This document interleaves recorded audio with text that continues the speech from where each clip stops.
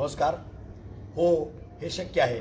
परिवर्तन शिक्षणातून समृद्धीकडे या ब्रीद वाक्यानं PM श्री राजश्री छत्रपती शाहू महाराज विद्यालयामध्ये आज आपल्या मुलाखतीचं सत्र या ठिकाणी सुरू आहे. पाठीमागच्या वेळेला आपण बघितलं माजी विद्यार्थी जे आपले होते त्यांची आपण मुलाखत घेतली आणि त्याच्यामध्ये पाठीमागच्या मुलाखतीमध्ये जी अश्विनी मोरे आपण बघितली, पोलीस म्हणून आपल्यासमोर आलेली, आकाश तोगरे, संकेत जाधव, आणखी असे असंख्य विद्यार्थी घडवणारे आपल्या शाळेचे जे माजी विद्यार्थी आहेत त्या विद्यार्थ्यांना खऱ्या अर्थानं कोचिंग जर मिळत असेल तर ते ऐरोलीमध्ये खो खो, क्रिकेट असेल या सगळ्या खेळांबाबत नावाजलेलं जे मंडळ आहे विहंग क्रीडा मंडळ, या विहंग क्रीडा मंडळाचे कोच आणि स्वतः राष्ट्रीय खेळाडू प्रताप शेलार सर आज आपल्यासोबत या ठिकाणी आहेत. नमस्कार प्रताप सर. नमस्कार सर. आपल्याकडं मुलाखतीच्या माध्यमातून PM श्रीच्या अंतर्गत ही मुलाखत आपण घेत असतो. नवोदित जे येणारे खेळाडू आहेत किंवा पालकांच्यासाठी एक प्रेरणादायी म्हणून हा एक सूत्र आपण सुरू केलेला आहे आणि त्याच अंतर्गत आपण प्रताप सरांशी आज चर्चा करूया. दिलखुलास ही चर्चा असणार आहे. अर्थातच माझा मित्र आहे प्रताप. प्रताप सर, आपलं नाव सांगा. माझं नाव प्रताप बाजीराव शेलार. मी राहणारा ऐरोलीचाच आहे. मूळ गाव? मूळ गाव ओखवडी, तालुका जावली, जिल्हा सातारा. अच्छा, मग मी जावळी जे मित्रमंडळ आहे, खूप मोठे प्रीमियर लीग क्रिकेटचं त्या ठिकाणी भरतं, त्याचाही आपण सदस्य आहे माझ्या माहितीप्रमाणे. मी त्या संस्थापक आहे मैत्रूप जावळीचा. ओके. आणि ती संस्था अशी आहे की गोरगरिबांना मदत करणं त्यासाठी खोललेली संस्था आहे. बरेचसे 168 लोक त्यामध्ये जॉईंट आहेत. क्या बात आहे. सामाजिकतेचा वसा घेऊन काम करणारं विहंग क्रीडा मंडळ आहे. त्याचबरोबर मैत्री ग्रुप जावली हा सुद्धा प्रताप सरांच्या माध्यमातून स्थापन झालेला, त्याचे संस्थापक म्हणून ते काम करत आहेत. अनेक नवोदित विद्यार्थ्यांना किंवा ज्याला मदतीची आवश्यकता आहे त्या सर्वांना मदत करण्यासाठी तत्पर असणारं असं एक दिलदार व्यक्तिमत्व आपल्यासमोर आहे. प्रताप सर, आमच्या शाळेचा आणि विहंग क्रीडा मंडळाचं जे एक नातं ऋणानुबंध आता या मागच्या 8-10 वर्षामध्ये सुरू झालेलं आहे, सुरुवात कशी झाली नेमकी याची? मी पहिलं विहंग क्रीडा मंडळाला शिकवायचो. मग नंतर आपल्या शाळेमध्ये शिक्षक आहेत कमलेश सर, ते माझे वर्गमित्र आहेत. एकदा आम्ही असेच बसलो होतो एका ठिकाणी, तर कमलेशची माझी चर्चा चालू झाली. तर कमलेश बोलला की मला म्हणजे त्या मुलांसाठी काहीतरी करायचं आहे वगैरे अशी चर्चा चालू झाली. मग तिथून तो मला इथे घेऊन आला. मग तिथून झाली सुरुवात की शाळेमध्ये यायला, प्रॅक्टिस घ्यायला. किती वर्षापूर्वीची ही गोष्ट आहे? ही 2014ची गोष्ट असेल. जवळपास 11 वर्षाचा. आता 2025मध्ये आपण आहोत. 11 वर्षापूर्वी एक छोटंसं जे रोपटं लावलं होतं त्याचं आज वटवृक्षामध्ये रूपांतर झालेलं बघायला मिळतं आहे आपल्याला. असंख्य आपले विद्यार्थी शिक्षणातनं तर पुढे जातातच, पण खेळाच्या माध्यमातून सुद्धा पुढे जाऊ शकतात. हे विहंग क्रीडा मंडळाच्या सहकार्यानं शाहू महाराज विद्यालयानं करून दाखवलेलं आहे असं म्हणायला हरकत नाही. रेल्वेमध्ये असेल, पोलीसमध्ये असेल किंवा शासनाच्या ज्या अनेक वेगवेगळ्या भरती आहेत त्याच्यामध्ये आमची मुलं आज चमकताना दिसत आहेत. त्या पाठीमागं जर खरा हात कोणाचा असेल तर तो आदरणीय सुधाकर सोनवणे साहेबांचा. आणि त्या पाठोपाठ आम्ही जर आमच्या दृष्टिक्षेपात जर दुसरी कुठली संस्था असेल तर ती विहंग क्रीडा मंडळ. आणि त्या विहंग क्रीडा मंडळाचे कोच म्हणून स्वतः प्रताप सर तुम्ही सुद्धा खेळाडू आहात. तुम्ही खो खोमध्ये कुठल्या लेवलपर्यंत खेळलेला आहात? मी पण खो खोचा राष्ट्रीय खेळाडू आहे. मी सध्या पश्चिम रेल्वेमध्ये कामाला आहे. स्पोर्ट्स कोट्यातूनच लागलो आहे आणि बरेचशा नॅशनल स्पर्धा खेळलो आहे, स्टेट स्पर्धा खेळलो आहे, डिस्ट्रिक्ट खेळलो आहे, विद्यापीठ खेळलो आहे. कोणता असं नाही राहिलं खो खोमध्ये जे नाही खेळलो. बऱ्याचशा गोष्टी खेळलो आहे. अगदी बरोबर आहे. खो खो या खेळाला समर्पण म्हणून जे आपण म्हणतो, एक श्रीरंग इनामदारांचं नाव पुण्यामधलं घेतलं जाईल. त्याच्या पाठोपाठ खऱ्या अर्थानं जर आपण बघितलं तर विहंग क्रीडा मंडळाचं नाव हे संपूर्ण आपण ज्या वेळेला स्पर्धेला आपण जातो तर तिथं खो खोमधलं की विहंग क्रीडा मंडळाचा एक वेगळा दबदबा आहे आणि त्याच्याच माध्यमातून अनेक विद्यार्थी घडवण्याचं काम आज सुरू आहे. आणि त्याच माध्यमातून प्रताप आपल्याशी बोलायला आज आलेला आहे. इथं शाहू महाराज विद्यालय आणि विहंग क्रीडा मंडळ हे जे काही नातं आता 11 वर्षाचं आहे त्याच्यामध्ये खऱ्या अर्थानं साहेबांची कशा पद्धतीने मदत आपल्याला? तसं बघायला गेलं तर मी बरेच वर्ष झाले विहंगवर शिकवत होतो. म्हणजे जवळजवळ 2001 पासून मी विहंग क्रीडा मंडळावर कोचिंग करत होतो. या आतापर्यंतचा काळ आमचे 25 वर्ष झालेत पूर्ण. पण तिथे जेवढा सपोर्ट नव्हता भेटला त्यापेक्षा दुप्पट सपोर्ट सोनवणे साहेबांतर्फे भेटला.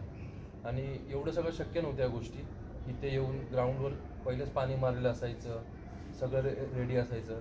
आणि म्हणजे एक वेगळंच ह्याच्यात पूर्ण श्रेणी तर साहेबांनाच देईल. कारण जर कुठला माणूस एवढा पाठी उभा असेल तर या गोष्टी शक्य आहेत. नाहीतर विहंग क्रीडा मंडळ अजून 10 पटीने पुढे गेलं असतं. जर साहेब 2001ला आम्हाला जर भेटली असते तर. क्या बात आहे. खरं तर कुठल्याही गोष्टीला पाठबळ जे आहे, राजाश्रय, मी वारंवार म्हणतो शाहू महाराज विद्यालयाने ज्या पद्धतीचा राजाश्रय कोल्हापूरमधील कुस्तीगिरांना दिला, तिथल्या कलाकारांना दिला, तशाच पद्धतीनं राजाश्रय देण्याचं काम सोनवणे साहेब या ठिकाणी करतायत.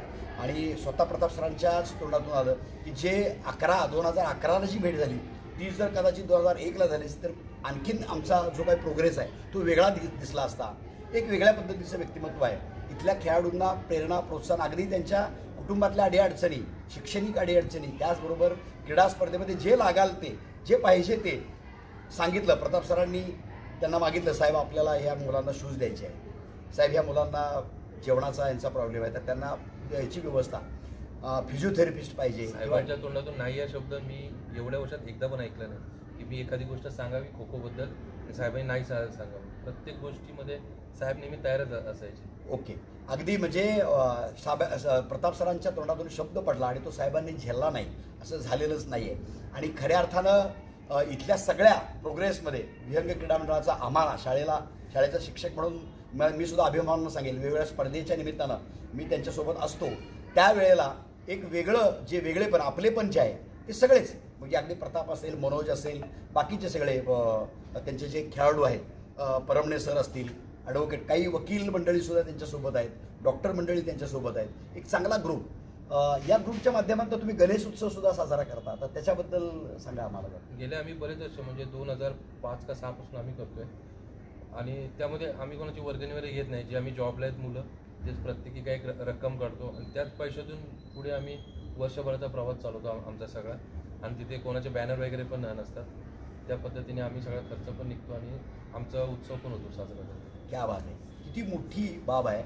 एक संस्था 2001 साली काहीतरी सुरू होते आणि मग एक एक खेळाडू घडवायला सुरुवात होते आणि खेळाडू घडवल्यानंतर जो नोकरीला स्वतःच्या पायावर ज्या संस्थेनं मला उभा केलं त्या विहंग क्रीडा मंडळाला मदत करणं आणि त्याच्या माध्यमातून गणेश उत्सव मोठ्या प्रमाणामध्ये, त्यानंतर मनीष स्मृती आणि दुसरं एक 2 विद्यार्थी तुमचे जे आहेत ते काहीतरी अपघातामध्ये गेले, त्यांच्या स्मृती विद्यार्थी आपण खो खो स्पर्धा घेत आहेत, तर त्या स्पर्धेबद्दल सांगा. मनीष स्मृती स्पर्धा गेली 5 वर्ष चालू आहेत, पण ती स्पर्धा 2 वर्ष गॅपनी असते कारण मोठा बजेट असतो.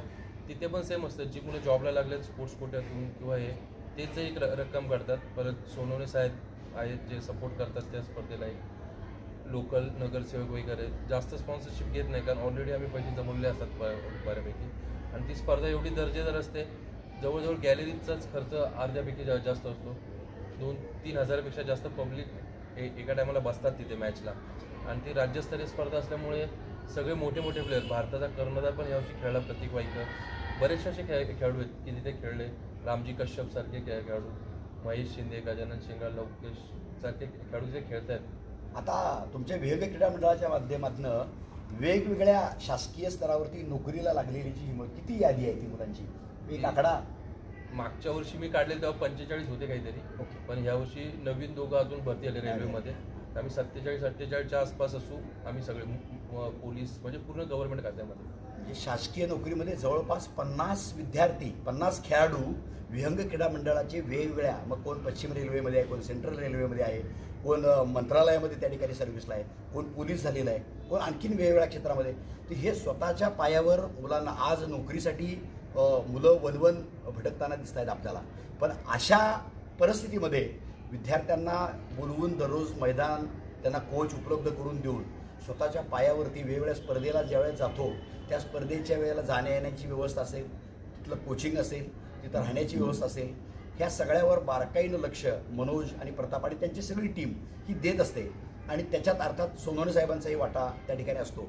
स्पर्धेबद्दल मी मगाशी तुम्हाला सांगितलं, विहंग क्रीडा मंडळाच्या माध्यमातून जी राज्यस्तरीय खो खो स्पर्धा होते त्या स्पर्धेला गॅलरीमध्ये बसायला जागा उरत नाही फायनल मॅच बघायला.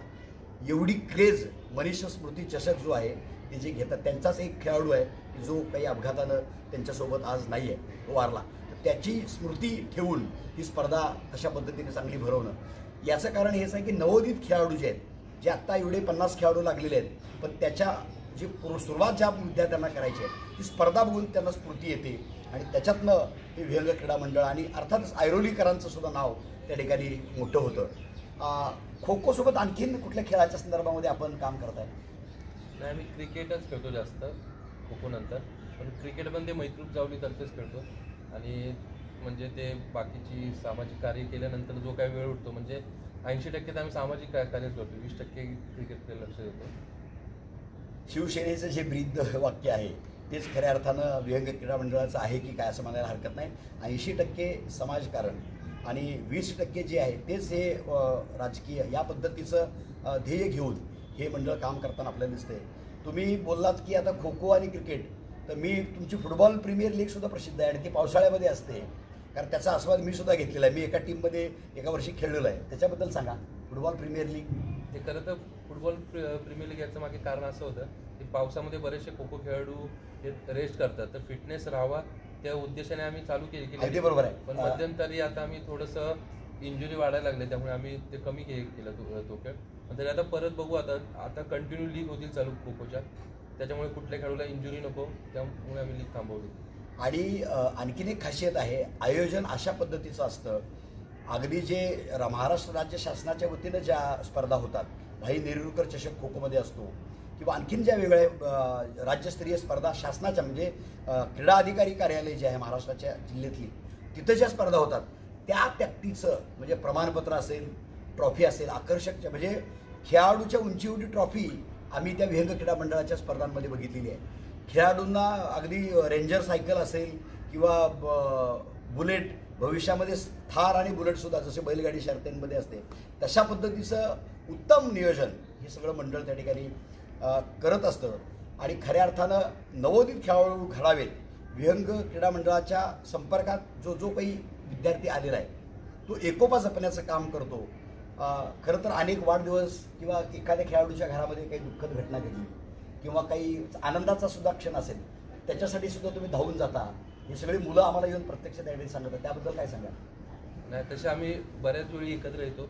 कोणाचा बड्डे असू दे, जुना खेळाडू असेल, नवीन खेळाडू असेल, एखादा बड्डे राहिला तर एकत्र करायचे, नंतर 2-3 बड्डे असं करून बऱ्याचशा गोष्टी. मग त्यावर जुने खेळाडू पण येतात, चर्चा होती. बरेचसे आपले जुने खेळाडू पोलीसवाले, सुजित सारखे असे आहेत, निलेश भोसले, समीर सारखे आपले रबालेलाच आहेत ते पण पोलीसमध्ये. ते पण येतात रोज संध्याकाळी, प्रॅक्टिस नाही करत तरी येतात मैदानात. म्हणजे त्यांना पण जाण आहे की आपल्याला इथून भेटलं तर इकडे जाणं गरजेचं. अगदी बरोबर आहे. ज्या मुळं आपण इथंपर्यंत पोहोचलेलो त्या मंडळाला आपण विसरता कामा नये. सामाजिक जाणीवेच्या पे बॅक टू सोसायटी ज्याला आपण म्हणतो, खरं तर उतराई होणं एखाद्या ऋणातून ते कसं व्हावं, तर त्याचं एक नीतिवंत उदाहरण म्हणून विहंग क्रीडा मंडळाकडे आपण पाहू शकतो. आणि शाहू महाराज विद्यालय आणि विहंग क्रीडा मंडळ हे एक वेगळं नातं त्या ठिकाणी साहेबांच्या माध्यमातून सगळे शिक्षक वृंद. मॅरेथॉनच्या बाबतीमध्ये आपण जी मुलं बऱ्याचपैकी, कारण खो खो हा धावण्याचा खेळ आहे आणि मॅरेथॉन आणि धावणं हे तर साहजिकच आहे. अनेक वेगवेगळ्या स्पर्धांमध्ये आपल्याकडं एकनाथ शिंदे साहेबांच्या हस्ते आपल्या मुलांना बक्षीस मिळालेलं आहे, त्याबद्दल काय सांगा? मॅरेथॉन जेव्हा आपण इथे खो खोला सुरुवात केली तेव्हा आपण पावसाळ्यातच जवळजवळ केली चालू. मग तेव्हा सर्वात पहिला फिटनेस चालू केलेला. मग फक्त आपल्या मुलांची पात्रता बघायला आपण पहिल्याच वेळी मॅरेथॉनमध्ये टाकलेलं. स्वतः वाघमारे सर पण तेव्हा हजर असायचे, कमलेश सर असायचे, सनी सर आहेत. आणि तेव्हा पहिल्याच वर्षी गेलो आणि पहिल्याच वर्षी रिझल्ट चांगला भेटला. पहिल्याच वर्षी आपली 4 का 5 मुलं आली. त्यानंतर बघायला तर कर्मवीर भाऊराव पाटील जी झाले ते 25 बक्षिसांपैकी आपण 21 बक्षीस बरोबर आहे. टोटल 25 बक्षीसापैकी 21 बक्षीस आपण जिंकलेलो. फक्त 4 नंबर वर खाली कुठेतरी गेलेले. पण म्हणजे त्याचा रिझल्ट म्हणजे फिटनेस आपल्याला तिथे कळतो की आपण जे घेतोय त्याच्या मागे काय होतंय का, आपलं नुसतंच आपण घेत बसतोय. मग त्याच्यानंतर आपण मॅरेथॉन बऱ्याचशा कमी झाल्या, म्हणजे होतच नाही येतात आता. वर्षा मॅरेथॉन ठाण्याची जी आहे तिथं, त्याचबरोबर आत्ताच प्रताप सरांनी उल्लेख केला, कर्मवीर भाऊराव पाटलांच्या जयंतीच्या निमित्तानं रयत शिक्षण संस्थेच्या माध्यमातून कर्मवीर मॅरेथॉन घेतले जाते. तिथं ते तब्बल 25 पारितोषिकं असतात. त्या 25 पैकी 21 पारितोषिक ही आपल्याच विद्यार्थ्यांना मिळालेली होती. म्हणजे इतकं अचिव्हमेंट. नवी मुंबई महानगरपालिकेच्या वतीनं मॅरेथॉन घेतली जाते. ठाण्याला वर्षा मॅरेथॉन, त्या ठिकाणी अनेक सेलिब्रिटी खेळाडू त्या ठिकाणी, त्याचबरोबर ज्या नटी जे आहेत सेलिब्रिटी ते त्या ठिकाणी येत असतात. माजी मुख्यमंत्री एकनाथ शिंदे साहेब यांच्या संबंधी सुद्धा त्या ठिकाणी आमची भेट झाली. खेळाडूंना बक्षीस देताना ते विचारतात कुठल्या, मी विहंग क्रीडा मंडळाचा आहे, मी शाहू महाराज विद्यालयाचा खेळाडू आहे. त्याबद्दल प्रताप सर काय सांगाल? नाही, तेव्हा तर शिंदे साहेब काय मुख्यमंत्री नव्हते. पण आता बघितलं आपण की आता म्हणजे वाटतं की तेव्हा जर साहेबांना भेटलो असतो फोटो, कारण तेव्हा पण आपण कुठे जात नव्हतो असे जास्त. जे बक्षीस घेत होते त्यांच्याबरोबर साहेबांचे झाले फोटो. पण खूप आनंदाची गोष्ट आहे की की दखल घेतली जाते. साहेबांनी दखल घेतली आणि त्यांनी प्रत्येक वेळी विचारलं, तुम्ही जे आता बोलला त्यांनी प्रत्येकाची शाळा वगैरे विचारत होते, तुझी कोणती शाळा, तर अभिमान वाटत तेव्हा आपल्या शाळेचं नाव. आणि तू पण सातारचाच आहेस आणि एकनाथ शिंदे साहेब म्हणजे सातारच्या त्या एकाच तालुक्यातले शिंदे साहेब आणि आम्ही. मेढा गाव तुझं? माझं गाव मेढा, ते पण दरेगाव. माझे स्वतःचे सख्खे मामा त्यांचे डॉक्टर आहेत, डॉक्टर पार्टे म्हणून. म्हणजे हा ऋणानुबंध खेळाच्या माध्यमातून आपण कुठंपर्यंत जाऊ शकतो, कुठंपर्यंत आपल्याला खेळ घेऊन जाऊ शकतो याचं एक उदाहरण म्हणून आपण या प्रसंगाकडे बघतो. खरं तर खेळाच्या माध्यमातून पूर्ण जीवन त्या ठिकाणी बदलून जातं.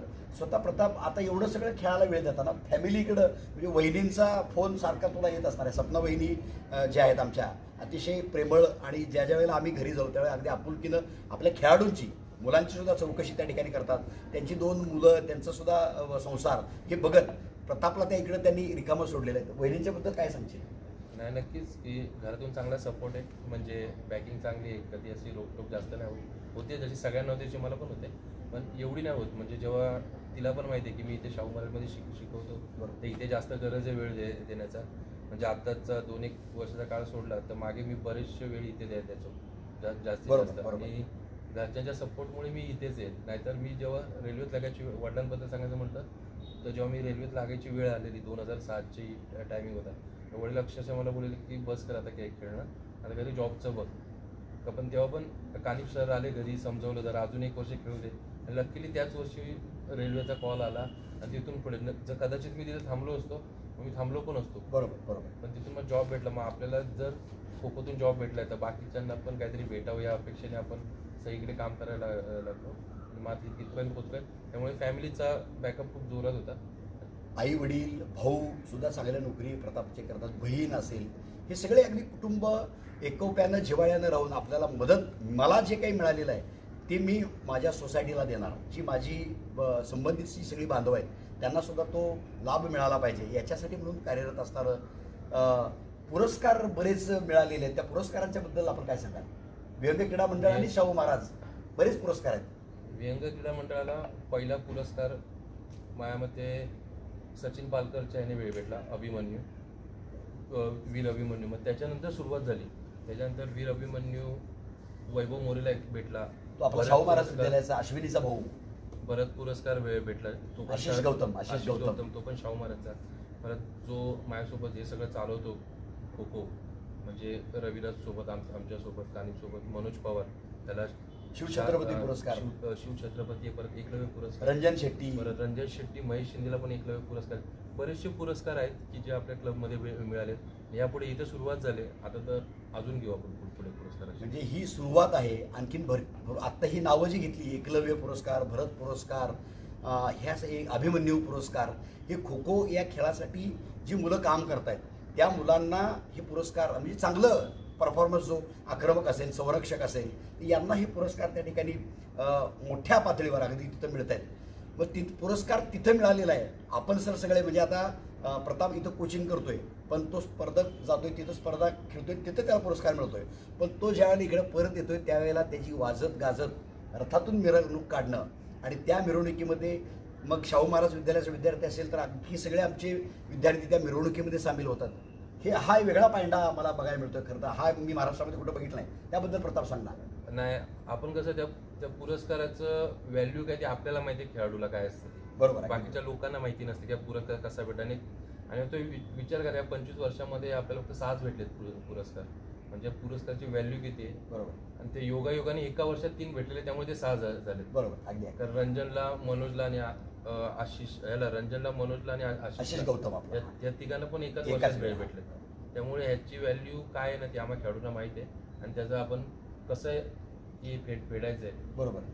नाही, पण रथातनं वगैरे मिरवणूक काढणं म्हणजे जे नवोदित खेळाडू आहेत त्यांना प्रेरणा मिळेल याच्याकडे बघून माझी पण अशी रथातनं मिरवणूक निघाली पाहिजे. त्याच्यासाठी त्या पोरांना प्रेरणा मिळावी म्हणून वाजत गाजत त्या मुलाचंही कौतुक होतं. त्याचबरोबर जे पालक आजूबाजूला मिरवणुकीमध्ये सहभागी होत आहेत त्यांनाही असं वाटतं की कदाचित माझ्या मुलाची सुद्धा अशा पद्धतीची मिरवणूक. मग तो आशिष गौतम असेल, सचिन पालकर असेल, जी नावं, मनोज पवार सारखा शिवछत्रपती पुरस्कार विजेता, तो आता कोचिंग तुम्ही सगळे करताय. आता याचं सगळ्याचं प्लॅनिंग तुम्ही नेमकं कसं करता, काय नेमकं? प्लॅनिंग म्हणजे सर बघायला गेलं तर आम्ही ना आराखडा पहिलाच तयार करतो. जेव्हा पावसाळ्याचा टाईम चालू असतो. बरोबर. पावसाळ्यामध्ये आपण एक 15-20 जुलैनंतर फिटनेस चालू करतो. मेमध्ये 31 मेला आपण प्रॅक्टिस बंद करतो. त्यानंतर मधला काळ मुलांना रेस्ट लागतो, कारण बॉडीला थोडी रेस्ट पाहिजे ह्या हिशोबाने करतो. नंतर पुढचा प्लॅनिंग करतो की म्हणजे आपल्याला या गटामध्ये कुठल्या वयाची मुलं आहेत, किती करायचं आहे. कारण आपण गेले बरेच वर्ष आपण ओपनची फायनल मारतोय, बरोबर, अंडर 14ची मारतोय, 18ची मारतोय. म्हणजे आपण फर्स्ट सेकंड थर्डमध्ये असतोच 18ला आणि 14ला. आणि मला वाटतं ओपनला तर बरेच 20 वर्ष झाले आपण कंटिन्यू विजेते. मग ते एक प्लॅनिंगनेच चाललंय. आणि जसं म्हणजे आखलं जातं त्या पद्धतीने केलं, नियोजनबद्ध असेल तर कुठलीच गोष्ट ही शक्य नाही. परफेक्ट प्लॅनिंग करून की आता या भविष्यामध्ये ह्या स्पर्धा येणार आहेत. 14 असेल, 17 असेल, ओपनचा गट असेल, मुलं आणि मुली याच्यामध्ये कशा पद्धतीनं त्या स्पर्धा येतात तशा पद्धतीनं आपलं नियोजन करण्यामध्ये माहीर असणारं हे विहंग क्रीडा मंडळ आहे. आणि यांचा जो ग्रुप आहे तो अतिशय चांगला. प्रत्येक त्यांच्या कुटुंबातल्या कार्यक्रमामध्ये सुद्धा सगळ्या आता जर बघायला गेलं, हा जो मधला रस्ता आहे रबाळे पोलीस स्टेशनपासून, तिकडच्या बाजूला हायफाय सोसायटी आणि इकडच्या बाजूला ही सगळी झोपडपट्टीमधली राहणारी मुलं. पण या झोपडपट्टीमध्ये राहणाऱ्या मुलांना सुद्धा आपल्या प्रत्येक फॅमिली फंक्शनमध्ये आवर्जून बोलवून त्यांना असं वाटलं नाही पाहिजे की हा माझ्याच घरातला हा मुलगा आहे. इथंपर्यंतचं प्रेम देण्याचं काम जर कोणी केलं असेल तर ते प्रताप, मनोज आणि सगळी त्यांची टीम, कविराज वगैरे ही सगळी टीम इतक्या चांगल्या पद्धतीनं काम करते. आणि त्यामुळं मुलंसुद्धा अगदी मनापासून धावून, दादानी मला बोलवलेलं आहे, दादाच्या मुलाचा वाढदिवस आहे आणि मला त्याच्यासाठी बोलवलेलं आहे. इतकं त्यांच्यामध्ये ती अप्रूप असतं. आणि दुसऱ्या दिवशी येऊन इथं शाळेत आम्हाला सांगतात, सर प्रताप सराच्या मुलाचा काय वाढदिवस होता, मी तिकडे गेलेलो आणि असं जेवण होतं. म्हणजे हे जे आहे, जे त्यांना इथल्या या सोसायटीमध्ये मिळत नाही, तर तो एक वेगळा जिव्हाळा जपण्याचं काम या विहंग क्रीडा मंडळाने केलेलं आहे. आणि म्हणून जे पे बॅक टू सोसायटी आपण झालं, मी मगाशीच म्हटलं, बाबासाहेबांनी सांगितलं आहे, आपण जेवढं कमवतो त्यातलं वाटा हा मला माझ्या समाजाला द्यायचा आहे. आता समाज अर्थात आपल्या आजूबाजूचे असणारे बांधव, जात पात धर्म याला व्हॅल्यू नाही आहे. खेळामध्ये मुळात तो विषयच नाही आहे. आणि ते शिरसावन्न म्हणून हे काम करणारं विहंग क्रीडा मंडळ आहे. प्रताप सर, आता आपल्याकडे शाहू महाराज विद्यालयामध्ये 5वी 6वी पासून आपण आता ती नवीन 14ची टीम तयार करायला घेतो, तर त्याचं ते तुमचं सिलेक्शन किंवा ते कसं तुम्ही त्या विद्यार्थ्यांना? नाही, 5वी 6वीचं आपण काय घेतो, कारण त्या मुलांना शिकवायला जवळजवळ 1 वर्ष जातो. आणि तो 11 वर्षाचा असताना आपण शिकवलं तर 12, 13, 14 वर्ष म्हणजे 12-13 दृष्टिकोनातून तुम्ही तयारी करताय. 12-13 वर्षापर्यंत मुलगा परिपक्व झालेला असतो, म्हणजे स्टेट वगैरे खेळतो. जेव्हा शेवटचं वर्ष असतं ना, तेव्हा तो राष्ट्रीय स्पर्धा खेळायला कॅपेबल असतो. त्या हिशोबाने आणि हे सगळं प्लॅनिंग करताना हे तर आम्ही मैदानावरचं करतो. आणि सगळं प्लॅनिंग करताना जे म्हणजे मुख्य लोक लावतात, म्हणजे रविराज परामणे, ॲडव्होकेट कानिफ बांगर, जे आम्ही तर मैदानात दिसतो फक्त.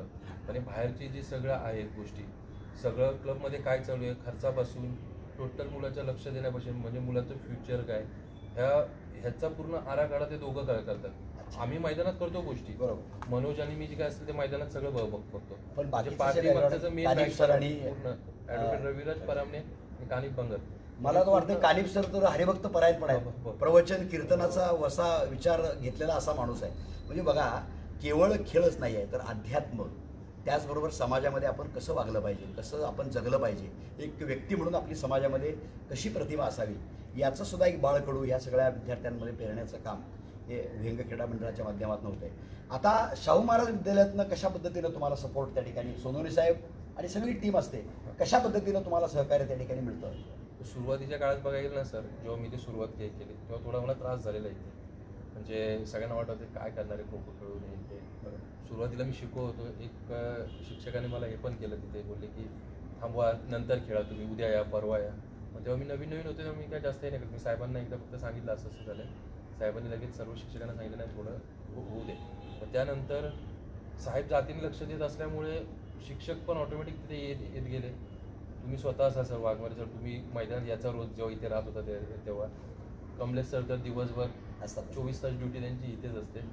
सनी सर असतील, बोये सर असतील, बोये सरांचं खूप महत्त्व आहे बाबा, सगळ्या मुलांच्या टचमध्ये असतात ते. आणि तेव्हा प्रिन्सिपल गवळी सर होते, गवळी सरांचा पण खूप सपोर्ट होता तेव्हा. म्हणजे गवळी सरांनी कधी हे नाही केला, त्रास नाही दिला. आणि शाळेतला प्रत्येक शिक्षक आहे ना, म्हणजे इथे असं आहे ना की स्पोर्ट्सला खूप डिमांड दिलं जातं प्रमाणाच्या बाहेर. म्हणजे आम्हाला अपेक्षा पण नव्हती की एवढा सपोर्ट कुठल्या शाळेतून भेटेल. आणि हे सगळं शक्य आहे ना शाळेच्या सपोर्टमुळे. नाहीतर आम्ही पहिल्या ज्या शाळेमध्ये गेलो ना, त्यावेळी उद्या या परवा आहे, इथे उद्या परवा काय नसतं, लगेच असतं इथे पटकन. त्यामुळे हा रिझल्ट, ह्याचं पूर्ण श्रेय जसं सोनवणे साहेबांना जातं तसं मागील शिक्षक आहेत ते पण तेवढंच बॅकिंग करतात, त्यामुळे या गोष्टी शक्य आहेत सगळ्या. अगदी खरं. एकमेका सहाय्य करू अवघे धरू सुपंत या म्हणीप्रमाणे ही केवळ एकाचं कुणाचं काम नाही आहे. वेगवेगळ्या समाजातले जे घटक आहेत, सोनवणे साहेब असतील, विहंग क्रीडा मंडळ असेल, शाहू महाराज विद्यालय असेल आणि सगळ्यात महत्त्वाचं त्या मुलांचे पालक. आता पालकांशी ज्या वेळेला तुम्ही एखादा काही असा प्रसंग सांगाल का की मी त्यांना समजवायला गेलो पण त्यांनी ऐकलं नाही वगैरे, असं काही असेल? बरेचसे पालक सर असे आहेत की त्यांना समजवायला गेलं ना, त्यांना कळतं ना की माझा मुलगा नॅशनल का खेळतोय, म्हणजे नॅशनल म्हणजे काय त्यांना तेच नाही. जरी त्यांना स्कॉलरशिप येत असेल तर पैसे येत आहेत ठीक आहे, पण त्यांना माहिती नाही. ते म्हणजे इकडच्या रबालीच्या सर्व पालकांना किंवा सगळ्या रहिवाशांना मी हेच सांगेन की ते चांगली कामं चालतात त्या शाळेमध्ये, म्हणजे स्पोर्ट्समध्ये. तर इथून तुमच्या मुलांचं फ्युचर होऊ शकतं. तुम्हाला काहीच ऑप्शन नसेल, अभ्यास नसेल, तर आपल्याकडे एक ऑप्शन आहे. ऑप्शन म्हणून बघा, मी असं बोलत नाही करिअर म्हणूनच बघा. तुम्ही ऑप्शन म्हणून बघितलं तरी चालेल. आणि जर तुम्हाला काहीच नाही भेटलं ना तर तुम्हाला इथे शिस्त भेटेल किंवा म्हणजे एखादा बोलतात नाही म्हणजे वाया जाणार नाही, वाया नाही जाणार. कुठेतरी एक चांगला स्वतःच्या कुठल्याही क्षेत्रात गेला तुम्हाला जिंकायचं कसं ते शिकवलं जाईल, एवढं तर भेटेल. त्यामुळे सर्व पालकांना आणि सगळ्यांना मी सांगेन की तुम्ही पूर्ण सपोर्ट करा या गेमला, या शाळेला, तर सगळ्या गोष्टी शक्य होतील. अगदी अगदी. प्रताप सरांनी अगदी दिलखुलासपणे सहज भेट झाली आणि त्यांना म्हटलं सर आपण इंटरव्ह्यू किंवा एक मुलाखत तुम्ही आम्हाला द्या, कारण जे शाहू महाराज विद्यालय आज स्वच्छतेमध्ये, सांस्कृतिक ह्याच्यामध्ये, शैक्षणिक ह्याच्यामध्ये, त्याचबरोबर क्रीडा क्षेत्रामध्ये सुद्धा प्रगती करत आहे आणि त्याच्यामध्ये तुमच्या विहंग क्रीडा मंडळाचा मोठा वाटा आहे. आणि तुम्ही सुद्धा आम्हाला येऊन या ठिकाणी तुमचं जे काही मत आहे, मनोगत आहे ते या ठिकाणी व्यक्त केलं पाहिजे. लगेच सरांनी होकार दिला आणि ही मुलाखत आपल्या समोर आज या ठिकाणी खऱ्या अर्थानं खो खो, महाराष्ट्र खो खो असोसिएशन जे आहे ते सुद्धा तुम्हाला कशा पद्धतीनं सपोर्ट करते? Actually Maharashtra kho kho असोसिएशनमध्ये doctor Chandrajit sir आहेत, ते आता सेक्रेटरी आहेत. त्यांच्यामुळे बऱ्याचशा गोष्टी शक्य झाल्या. कारण बऱ्याच वेळा काय होतं की खेळाडूंना की म्हणजे लक्ष दिलं जात नाही. गेम असेल किंवा असेल तर थोडंफार डावललं जातं. पण चंद्रजीत सरांनी आता कुठलंच काय असं काय केलं नाही. आपला प्रत्येक खेळाडू बघतोय, क्वालिटीचा प्लेअर असेल, सरांनी प्रत्येक वेळी प्रोत्साहन दिलं. आशिष गौतम सारख्या खेळाडूला पहिल्याच वर्षी सरांनी कॅप्टनशिप दिली. एकाच वेळी महेश शिंदे आणि लवकेश गवळ कॅप्टन होते. बरोबर, आपल्या विहंग क्रीडा मंडळाचे. म्हणजे रेल्वेकडून एक कॅप्टन आणि एक महाराष्ट्राच्या संघात. म्हणजे महाराष्ट्राचं खूप सपोर्ट आहे आपल्याला. म्हणजे गोविंद शर्मा सर असतील, सचिन गोडबोले सर असतील, तावडे सर असतील, काका पाटणकर सर, बरेचशी नावं आहेत की त्यांचा खूप सपोर्ट आहे. आणि सगळ्या गोष्टी आता हे बोलतोय आपण की आम्ही प्रॅक्टिस करतोय, हे करतो, सगळं करतो. 50% त्यांचं पण मॅनेजमेंट जी आहे ती व्यवस्थापन सुद्धा खूप गरजेचं असतं. सपोर्ट करणं खूप गरजेचं आहे. आणि ते खूप म्हणजे कोचिंगमध्ये एक सिम्पल एक्झाम्पल सांगतो मी चंद्रजी सरांबद्दल की आम्ही कंटिन्यू 2010 आणि 12मध्ये कंटिन्यू 6 फायनल आम्ही हरलो सांगलीसोबत, कवटेपिरांसोबत. आणि आम्ही विचार करतो आम्ही हारतोय का. आम्ही बऱ्याच कोचला आम्ही विचारलं आम्ही हारतोय का, आमचा वीक पॉईंट काय आम्हाला कळत नाही काय. तेव्हा चंद्रजी सरांना सहज मी भेटलो आणि विचारलं सर बाबा कशामुळे आम्ही हारतोय. चंद्रजी सर बोले मी तुमची बऱ्याच फायनल बघतो, तुमचं वीक पॉईंट एकच आहे, तुमची थर्ड बॅच. तुमची थर्ड बॅचमध्ये काही इम्प्रूव्हमेंट नाही आहे. तुम्ही वरचे सगळे खेळताय, तुम्ही थर्ड बॅचचा हे करा. आणि तेव्हा आम्हाला लक्षात आलं की आम्ही पण करायचो, पण एवढा विचार नाही की आम्ही वरच्यांना 2 दिवस बसायचो, अटॅकरला 2 दिवस बसायचो.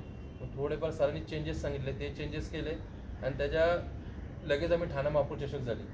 आणि ठाणा महापौर चषक लगेच मिळाला. सेम कवटेपिरान संघ होता. आम्ही बॅचमध्ये थोडा चेंजेस आणला, रिझल्ट भेटला. म्हणजे सरांची कोचिंग पासून प्रत्येक गोष्टीकडे लक्ष कसं असतं ना, आम्हाला वाटायचं सर येतात, स्टेजवर बसतात, मॅच बघून जातात. बरोबर. पण सर ऑब्झर्व पण खूप करत होते. खूप गोष्टी शिकण्यासारख्या आहेत, बरेचसे कोच आहेत असे शिकण्यासारखे आहेत. आणि आम्ही हेच ठरवलं की कोणी असू दे, लहान कोच असू दे, मोठं शिकायचं, प्रत्येक गोष्टीतून काही ना काही घ्यायचं आपण. अगदी खरं आहे. प्रताप सरांनी नामोल्लेख केला. डॉक्टर चंद्रजीत जाधव हे उस्मानाबादमधून त्या ठिकाणी येतात. महाराष्ट्र नव्हे तर देशाच्या सुद्धा खो खोच्या ह्याच्यामध्ये एक दिग्गज अशा स्वरूपाचं नाव आहे. केवळ मॅनेजमेंटच नाही आहे, मॅनेजमेंट तर उत्तम असतेच, पण प्रताप सरांनी जो आता किस्सा सांगितला की प्रशिक्षण देत असताना कशा पद्धतीनं प्रशिक्षण आपण दिलं पाहिजे, आपल्यातले जे काही चुका आहेत किंवा जे बारकावे आहेत खेळातले ते जाणून घेऊन तशा पद्धतीनं मार्गदर्शन करण्याचं काम आपल्यातल्या विद्यार्थ्यांच्या सिलेक्शनसाठी सुद्धा. आता बऱ्याच वेळेला आपण म्हणतो की वशिलेबाजी किंवा काय असं चालतं, पण खो खो हा खेळ असा आहे की तुम्ही बाप दाखवा नाहीतर श्राद्ध घाला, अशा पद्धतीने म्हणजे तुमचा परफॉर्मन्स चांगला पाहिजे. आणि त्याच्या जोरावर महाराष्ट्र संघ हा ऑल इंडियामध्ये आज पादाक्रांत म्हणजे वेगवेगळ्या ह्याच्यामध्ये पुढं आहे. त्याला कारण सरांनी जे आता नाव घेतलं तेच डॉक्टर चंद्रजी जाधव सरांनाही मी या निमित्तानं धन्यवाद देतो. आणि असंच सहकार्य विहंग क्रीडा मंडळ आणि आमच्या शाहू महाराज विद्यालयाला आपलं त्या ठिकाणी मिळावं. प्रताप सर धन्यवाद, आपण या ठिकाणी आलात आणि आमच्या PM श्री राजश्री छत्रपती शाहू महाराज विद्यालयाला आज चर्चा केली. आणि खऱ्या अर्थानं हा ऋणानुबंध आहे, हा इथून पुढे कंटिन्यू असाच चालू राहणार आहे. यासाठी आपण आलात त्याबद्दल आपलं शाळेच्या वतीनं खूप खूप आभार.